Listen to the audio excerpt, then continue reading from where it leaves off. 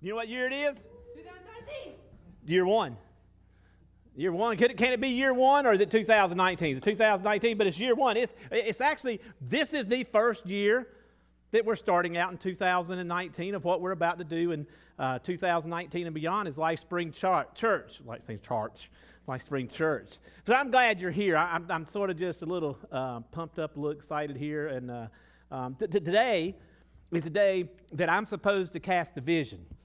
Each year on the first sermon of the year, beginning of the year, the new year, I cast a vision for where I feel like God is calling us as a church and as a congregation, as individual, for me as a pastor, and for the group of the church, of where He's heading us and what direction we're going to go.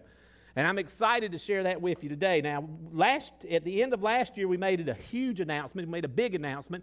And what we call the announcement now is the move.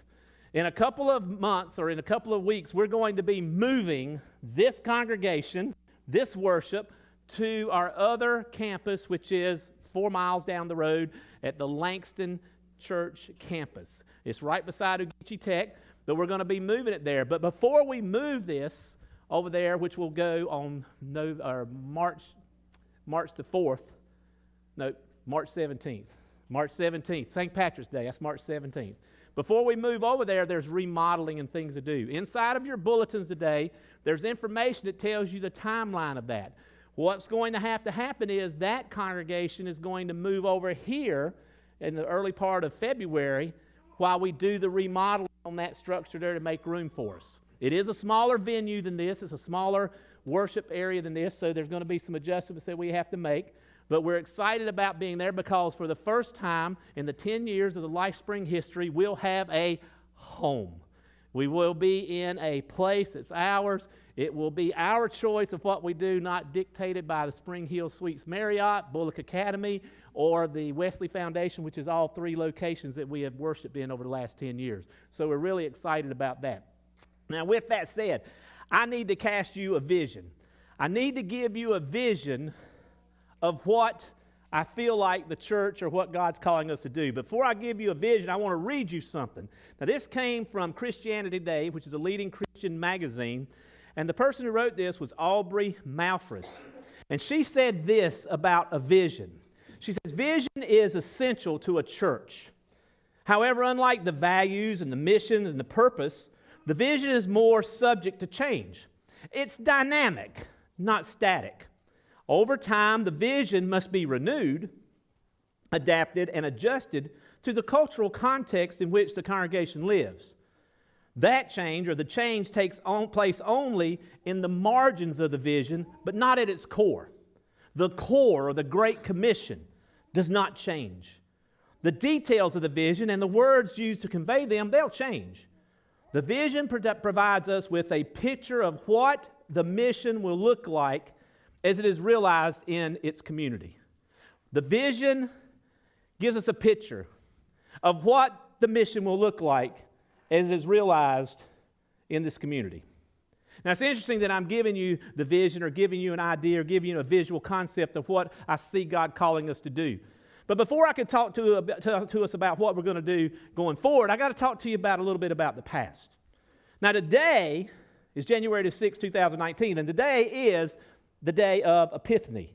Now, Epiphany is one of those church words. It's a church calendar, a date on the calendar, but it signifies a particular time. It signifies the time when the Magi, or the wise men, came from the east to come to see the baby Jesus. And they brought with them gifts of gold and frankincense and myrrh, and they worshiped the baby Jesus. These people who were non-Jewish, to the world at that time, Jews saw people as either Jews or you're not Jews. And rather than saying not Jews, they just lumped them into a category called Gentiles. These were Gentiles. They weren't raised in the Jewish culture. They weren't raised in the Jewish faith. They didn't understand the teachings, or maybe they understood teaching, but they weren't family. They were Gentiles. But Epiphany is the day that we celebrate where the wise men, they followed something. What was that they followed in the sky? Does anybody remember? Star. Why do you know they followed a star? How do you know? Because of what? The North Star. They followed the star, but we hear about it in the Christmas story. We read about it in the Scriptures, and sometimes we top our Christmas trees with a Star to help guide and direct us, right? It's this light that's guiding. So this star is this symbol that guided and directed, or this actual thing, but for us it's a symbol today of a star that actually guided the people, almost like a vision, guided these wise men to this place where they could come and bow down and worship the King of Kings, worship Jesus, worship God through His Son Jesus, and present Him with gifts. And then they left, and they went and did life together. They did things together, and they went on and shared their experiences with everyone. Seems like throughout the Christmas story over the last couple of weeks that we heard the shepherds, they come and meet Jesus, and as soon as they meet Jesus, they go and share. There's this thing that's happening where once you've encountered Jesus, once you've encountered Him in a certain way, you just got to share it. Now, this story has that star as a symbol. But before I go any further, I'm going to backtrack a little bit more, and I guess it's a little bit forward from that date. I want to talk to you about another symbol. How many of you know what this next symbol is? If they'll put it up on the screen. What is that symbol? Does anybody know? It's a cross and a flame, but what does it represent? Somebody said. The what? The Baptist? No. The Methodist. It represents the United Methodist Church. Now, sometimes we shorten that down and we say the Methodist Church. And sometimes we just say the Methodist, and sometimes we say the United Methodist and don't put the in front, or we don't, But this represents more than that. It is the symbol of the United Methodist Church. Now, the reason I say those words and emphasize the United Methodist Church is at one time, the United Methodist Church was not the United Methodist Church. Do you know what it was? It was the Methodist Church and the Evangelical United Brethren Church. There was two different denominations. Two different denominations that had great history and traditions where they brought things together and they made differences in the world independently as their own denomination. And in 1968 in Texas, they came together to say, there are more things that we have in common than we have that separate us. There's more things about our Wesleyan beliefs, our heritage from the Wesleyan side, meaning John Wesley, the teaching of prevenient grace, justifying grace, that God's love is for everyone, it's not exclusive. All of these things we have in common. All of these things about wanting to make a difference on social needs and making a difference in the communities that we live in people's life. All of these things we have in common. We need to focus on what's in common. And over a few discussions and time and putting things together, in 1968, a bishop from each of the conferences came together. Here's a picture of it. Bishop Reuben Mueller and Bishop he was from the Evangelical United Brethren, and Bishop Lloyd Wickey of the United Methodist Church. They joined hands in constituting what would be now known as the United Methodist Church. And they did this with the word saying, Lord of the church, we are united in thee, in thy church, and now in the United Methodist Church. And a new denomination was born. And so they had to give a symbol, and so they wanted a symbol. So if you go back to that cross and flame, they chose the symbol of the cross and flame. And where this comes from is when you interpret this, it relates to United Methodist Church in that the cross represents Christ. Not just Jesus, the Christ, the risen Christ. Not just a person, not just an individual human, but the Son of God, and all the resurrection means. That's what the cross means in this symbol. And then you see the flame represents Pentecost, or the time when God came, or when the Holy Spirit, it represents Holy Spirit, that came on Pentecost, on the day when people began to talk in various languages, passing on this information about Jesus Christ. Similar to how the wise men went off and talked about Jesus to everyone they come in contact with. The shepherds went and talked to everybody. I love that little baby, golly. And so there's this thing. But do you notice something distinguished about the flame? There's two tongues there. Do you see the two tongues of flame? One represents the Methodist denomination, and the other represented the Evangelical United Brethren, coming together to form one flame, to form one symbol, A symbol that meant so much to them in 1968. You think about all the things that were going on in 1968. You think about the racism and the struggles with human rights, with women's rights. You just think about all the things that were going on. The wars and the conflict that were going on. And they came together and put this symbol in front of them. And it was as much about them right there in that moment joining together and say, we got more in common than we have separate, as it was about what's happening today. You see, today we still talk about Epiphany, that Jesus came for everyone. And it's represented in that star, the wise men, that symbol. And then here we see this cross in the flame, and you see it it's in your bulletin. It's been in your bulletin for months, maybe years I've been putting that in there. And yet we don't know. But now you know. So here's where I want to catch you with the vision. I'll show you another symbol. Take a look at this symbol. You see it in the logo in the bottom right-hand corner. This is LifeSpring's symbol. Now, I can sit here and tell you the historical information that I found out and researched to tell you about how the United Brethren and the Evangelical United Brethren came together with the Methodist Church. I learned it in seminary, and I've read about it recently. But this, not many people can tell you about. Because prior to 10 years ago, it didn't exist. It existed, but it only existed in my head and in my heart as we formed this church. So before you hear where we're going, you really need to hear where we've been and how we got to where we are today. This is the LifeSpring ripple. I like to call it the ripple effect. Now let me tell you about why I got this concept, the ripple. Prior to this, I did ministry at a church that was located in a community that had a recreational lake, a huge lake called Lake Blackshear, and I did a boat church ministry. I did a ministry out literally on the lake. I walked out on the dock, and I would stand and preach, and there'd be hundreds of people on boats, motorcycles, on land, on shore. They'd be everywhere, and I just preach in a circle. You understand? Phenomenal experience. But I also got to go out there and do my meditation in my quiet time.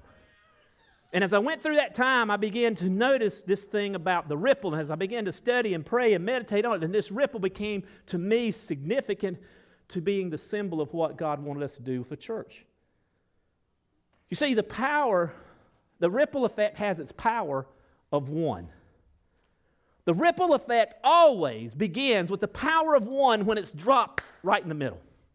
Actually, you don't know it's the middle until it's dropped. You understand what I'm saying? I could drop it over there. Well, that's the middle. I could drop it over here. Just imagine a pond. Just imagine a pond or a smooth water, no wind blowing. The water is still.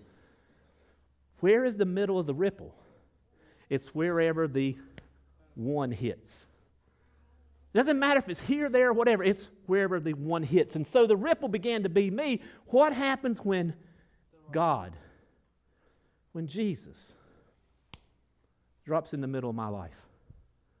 What happens when God, the power of one coming into an individual's life, what will happen to that individual? What happens to that person? And you're no longer the same. The water never stays the same unless it's frozen when you drop a stone in it, when you put something at the power of one. And that begins, the power of the ripple always begins with the power of one. But I want to continue with this. So that was the part of that. The next part is the ripple always moves out from the center. The ripple effect never stays there unless you have it contained into a cylinder or a jar. Imagine a glass jar and you drop something in the water in that. The ripple's going to go, but where's it going to go? But in the open area, in the real life, in the real world, when the ripple happens, it moves out. It doesn't stay where it's at any longer. The water begins to move. Things change. And that's the way it is when we drop Christ or drop Jesus into our life. Another thing that we notice about a ripple is when it goes out, it affects things that it comes in contact with. I want you to let us soak that. But when a ripple leaves and it goes out, it affects the things that it comes in contact with. And you know what it normally does to the things it comes in contact with? You know what the first thing it does? It lifts them up.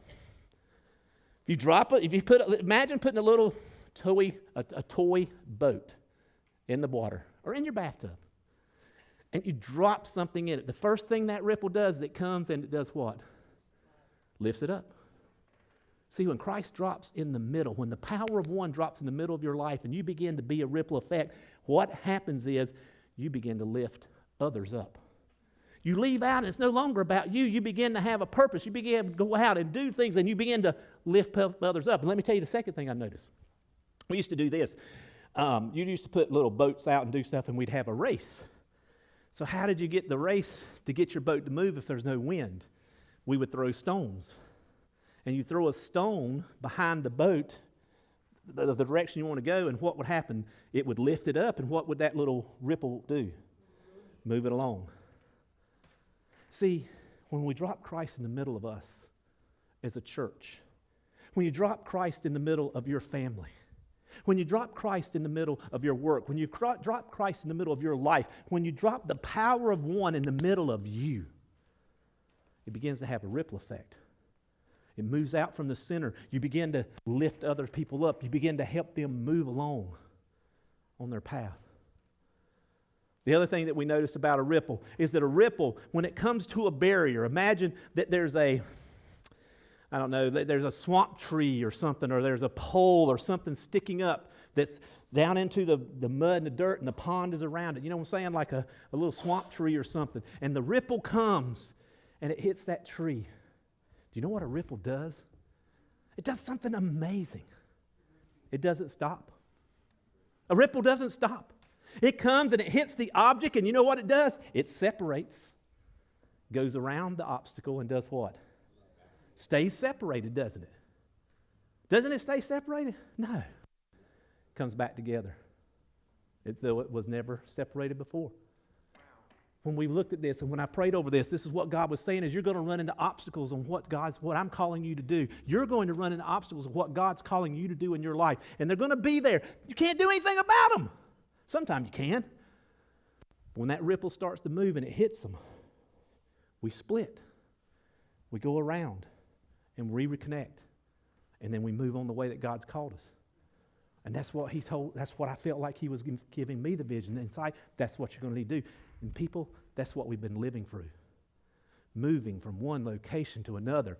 People coming, people going. And God still has us here helping and loving people, helping lift them up and move them on and take their next step of Christ. The power of one in individuals, the power of one inside of us. The next thing that we know about the effect of a ripple is its beginning to its end. I'll show you this. I'll probably go off camera, but notice that the ripples move out. The effect that it has out here is far from the center. Sometimes God's going to work in you, and the work and the miracles are going to happen far from where you can even imagine they could go to, just because you're obedient in the moment, in the time, and in the place. The power of one in you, and you do something, it moves other people, and other people moves, it affects them. It always moves out. There's more activity away from the center. And let me tell you something about the ripples. They're not biased. They're not directional. Do you understand what I mean by that? A ripple goes out every direction. It doesn't just say we're going to help you. It doesn't just say we're going to help you. It doesn't just say we're going to do this. It doesn't say I like people like you and women you got a lot of common. It goes out and it affects and it lifts up all people. Lifts them all up and moves them all out and helps them move along their path. The last thing is it moves till it gets to shore. A ripple will go until it gets to that solid barrier called a shore. You know the shoreline? It moves all the way to the shoreline. But then, get this, there's another miracle. Amazing thing that happens to ripple. Have you ever seen one stop at the shore? You know what it does? It hits the shore, and where does it go? It returns back home. It returns back to where it originated. Life is like that. Life is like this ripple. We come and God comes into our life. The power of one in our life. We begin to move out. We begin to lift up. We begin to move other people on. We overcome barriers. We begin to move out far from the center. We hit the wall and think we're there. And we go back to where we began and we're reminded of what we're called to do. That's the power of one of the ripple effect. And that's your symbol that's been on everything that we've had from day one. We were called LifeSpring, and that's it at the beginning. Because I wouldn't even put the word church till I felt like that people could understand what church meant.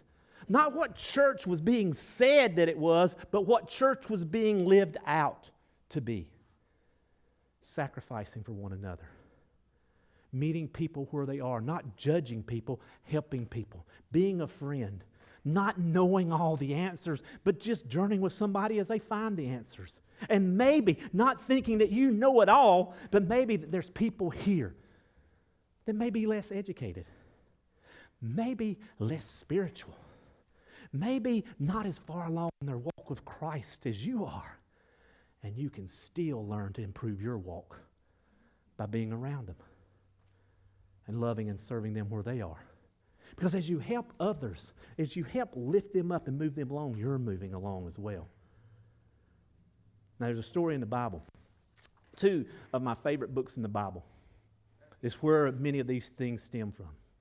Now, the Gospels are important to me. Gospels is Jesus' words. And Preston, I mean, Matthew, Mark, Luke, and John, they're all impactful. But there's 2 Old Testament books. One is the book of Daniel. I love that book. That book talks about somebody who gets moved out from where they were, things were going well, and their life is turned upside down. And Daniel, as a young little boy, just says, I'm going to follow God the best I can. And he begins to turn into these stories, no matter who the king was, no matter what country overtook the country they were in, he always came to the top. Cream always comes to the top. It's so impactful. Danielle is named after that book. So she knows this. She'd have been a boy, she'd have been Daniel. I'm just glad I wasn't in, Jonah or something like that. I hate to, well, you could have been Joanna. But anyway. The other one is Nehemiah. Now you might go, what the heck is Nehemiah? I don't hear about that book that much. Nehemiah is one of the strongest leadership books that there is in the Bible outside of the very words that Jesus Christ himself speaks. Outside of the words that Paul and Peter speak. Nehemiah is it. Nehemiah was also like Daniel. He was taken captive. He was an exile. He was in a time and a place when he had a place, he had a home, his family was in Jerusalem. Things back in that day were protected by walls. You had a wall, you had a house, you had a building, you weren't nomadic, you had a place to stay like what we're going to have, like being at Langston. We're going to have a place, we won't be nomadic. And people conquered it and destroyed it and took people in exile. They would take some and take them over this part of the country and take them this part of the world, put them on ships and take them this part. And he ended up in this one area, in Babylon. And where he was and where Nehemiah was, he was in this location. And he had this strange job. He was a cupbearer to the king. Now you think, well, hey, sounds like a pretty good job. You're like a steward or something. It's not that bad to be taken captive and, now you're a cupbearer to the king. No, that's what that means is he's the wine tester. Well, that's not that bad. That's even better. Be a wine tester, man. I love that idea, No, it's not that. He's the one testing for poison. Poison for what? Well, they didn't like kings back in those days. The way you overturned the government was get rid of the king, right? And the way you do it, slip a little something in his drink and out he goes. So how do you prevent that? Get your little lab kit together and do that? Well, no, we don't have lab kits back there. We just get one of these nobodies. Drink some of that before I drink it. And you watch him. You imagine? Every day you're just drinking something to see if you're going to die so somebody else lives. But that's not who he is. That's just what he was doing. So some would say, it's not bad life. You live with the king, you live in the palace and all this stuff like that, but yeah, I could die any moment. I mean nothing to them. Now the story goes that Nehemiah was in this community, in this place, in this job, and he hadn't been back home. And he knew the place was in bad shape. He knew it had been torn down. He knew there was a war. He knew people had been taken captive and they'd been scattered. He knew that because he lived through that. He just hadn't heard from home in a long time. And so one day some guys came through and they were talking to him about home. And he asked them, he said, how's home? Listen to what it says in verse 3 of chapter 1. It says, they said to me, those who survived the exile are back in the providence and are in great trouble and disgrace. So some people who got sent off in exiles have some way or another made their way back, or their children or their grandchildren have made their way, and they're back home. But the wall of Jerusalem is still broken down, and its gates has been burned with fire. In other words, there's no protection. They come back home. It's like going back home to New Orleans after the hurricane. You sort of got a home, but you don't have a home. You got a place, but you don't have a place. It's not what you were, it's not what you thought. It's really not providing you much protection. It's not what you thought. And Nehemiah hears this and says, when I heard these things, I sat down and I wept. And for some days I mourned and fasted and prayed before the God of heaven. In other words, this impacted Nehemiah. Why? He's way over here. That ain't got nothing to do with me. That's my heritage. That's my past. That's something else. I'm building my life here, though it could be taken in any minute when I drink poison if I do. But I'm building a life. I don't have anything to do with that. And for many of us in this room, that's the problem with us. The problems in this world are over there. We only worried about our problems. We're only worried about the stuff that might kill us and the stuff that might go on for us. And yet, we're supposed to be having an effect on this. But yet we're so caught up with what might happen to us on this day, in this moment, in this time, we don't care about that. But Nehemiah, something was different. This guy, when he hears it, the power of one dropped right in the middle of him. And it hit his heart. See, the middle of you is not geometric. The middle of you is not in 2 dimensions or 3. The middle of who you are is your heart. And God dropped in Nehemiah's heart. And he wept. It could have been me over there. I'm here because whoever took me captive, I had no choice about getting here. I'm here where I am. But that could be me. And something rocked his world. Something, the power of one, dropped in the middle of him. And you begin to see the ripple. He changed. He's got a job. He's got things to do. But now in his day-to-day activity, he is now incorporated in prayer, weeping. It hurt him.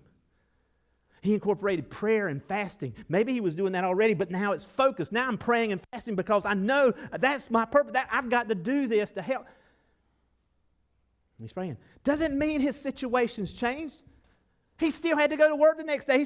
But something's changed inside of him. He still had to worry about the bills. He still had to worry about. You still have to worry about the things you have to do, even when the power of God drops into you. But the question becomes is, what do you do with that? Do you put this ripple effect that God's trying to create in you as an individual, as you as a family, as you as a life group, as you as a church? Do you just put it in a jar and say we have to contain it right here? Or do you let Him move through you and lift you up and move you out as you lift and move others? And so Nehemiah makes this decision. He starts to pray. And I'm not going to go through this. They'll throw the scripture up there behind you. I'm going to just sort of give you the gist of it. He tells God in a prayer, he says, you remember, you said if we got away from your laws, if we didn't stop obeying your commandments, if we got away from where the people were that we were called to be, you would scatter us. You told us. But shortly after you said the things that you would scatter us, you told us if we ever came back to you, it didn't matter how far that people took you and scattered you across the world, you'd bring us back to that one spot. Well, God, I know you're doing that because you've brought these people back. My exiles are coming back to that one spot. But Lord, they don't have a wall. They don't have doors. Something's missing. I see you at work, bringing back the people. I need to know how I can help. I want to join you in your work. I'm not going to create work. I'm not going to create this. I'm joining you where you already are at work. And so Nehemiah joins him. And the last part, he begins to pray. Before the last part, he begins to pray and he says, Lord, and I'm just going to give you the Dorsey version, forgive us for being knuckleheads. And in fact, Forgive my parents for being knuckleheads, and forgive me for being a knucklehead. Forgive me from walking away from these things. I ask your forgiveness for my sins. Forgive me for doing this. And I'm thinking, what did you do? You're over here. You're focused on your life and everything else. How are you a knucklehead? The place got to be captive, and people come in there and conquered it because of somebody else's knucklehead stuff. You just were the results of that. Yeah, but I'm a part of it all. I'm a part of it all. And I'm sorry. Will you forgive us? And then he goes on to say, I feel like I need to go talk to this king. Will you grant me success today when I go to this king? And then he goes to the king. Now I'm just going to tell you the end of this story, because we're going to get through it over the next several weeks. Nehemiah, with the one conversation that guy had with Nehemiah, the power of one dropped in him. He then went and prayed to God, and the power and the ripple began to move out. And as it began to move out, it went to this king who was not a Jewish person, who didn't care, but was so moved by Nehemiah. He gave him a troop and men and materials and guards to protect, bodyguards to protect him as he went back to Jerusalem to rebuild the city. This nobody, this nothing. God said, because you come to me, I'm going to give you what you're looking for. And we're going to make this ripple effect move. And he comes back to the city. And even despite them not wanting, and the people there not wanting, not just the people there, they wanted it, they didn't know, they were lazy. They didn't want to do it. And then the people that were around there that were against the Jewish people, they were fighting against him. So he had so much turmoil. He goes back and he didn't care. Now let me tell you, you think that's not a big deal. Say, hey, king, I'm going to go over there. Then the king gives him all this stuff. But he went for several years. And the king said, that's cool. And he comes and he makes a difference. And the wall gets rebuilt. And Nehemiah returns from being the leader of this whole group to coming back and being the cupbearer to the king. But yet he's running the country over here. Now, you may not think that's significant. You may not think that matters. But you remember that story about those 3 wise men? Or not 3. How many wise men? We don't know. They brought 3 gifts, gold, frankincense, and myrrh. But you remember that story about the wise men? You remember when they came? They didn't go to Bethlehem first. Do you know where they went to first? They went to Jerusalem. Do you know? You know why? Because that's where the king of the Jews lived, right? That's the Jerusalem that was tore down. Because of Nehemiah's efforts, those wise men passed through the gates and passed through the stone walls of the things that were ripple effects of Nehemiah's efforts years earlier. And they come in looking for the king of the Jews. They follow a star through these things. This symbol, these gates, these walls begin to be a symbol of what God can do. So what's the symbol for you of what you can do? So what's our vision for 2019 for our church? It hasn't changed. It's been reworded a little bit. We changed the edges of it a little bit, but our vision is still the same. God has called us to come in here and allow Him to have an impact in our life. You can't change Jack till you allow God to change you. I'm going to say that again. You can't change Jack or Jill or your family or your situation or anything else until the power of one comes in you. Because what you have to understand is you and I, we are the ripple effect. We are the body of water that Christ has chosen to drop in and say, I want to impact you so you can impact the world. And you can go out and you can move out and you can lift people up and you can help them move along their way and you can help them overcome barriers and you can get through those and you can come out and do these things and have more effect further away than what's close to you, and you can hit the shore and come back to me and we'll go through it again. So our vision is this. We're going to be the ripple effect this year. We're not going to talk about it. though we will. We're not just going to sing about it, though we will. We're not just going to put it on our logo and on our shirts. We're going to start being the ripple effect. You, me, us together, we're going to start being the ripple effect. We're going to make a difference, and it's going to start today. We're going to begin today, and it's going to start right here at this table called Holy Communion.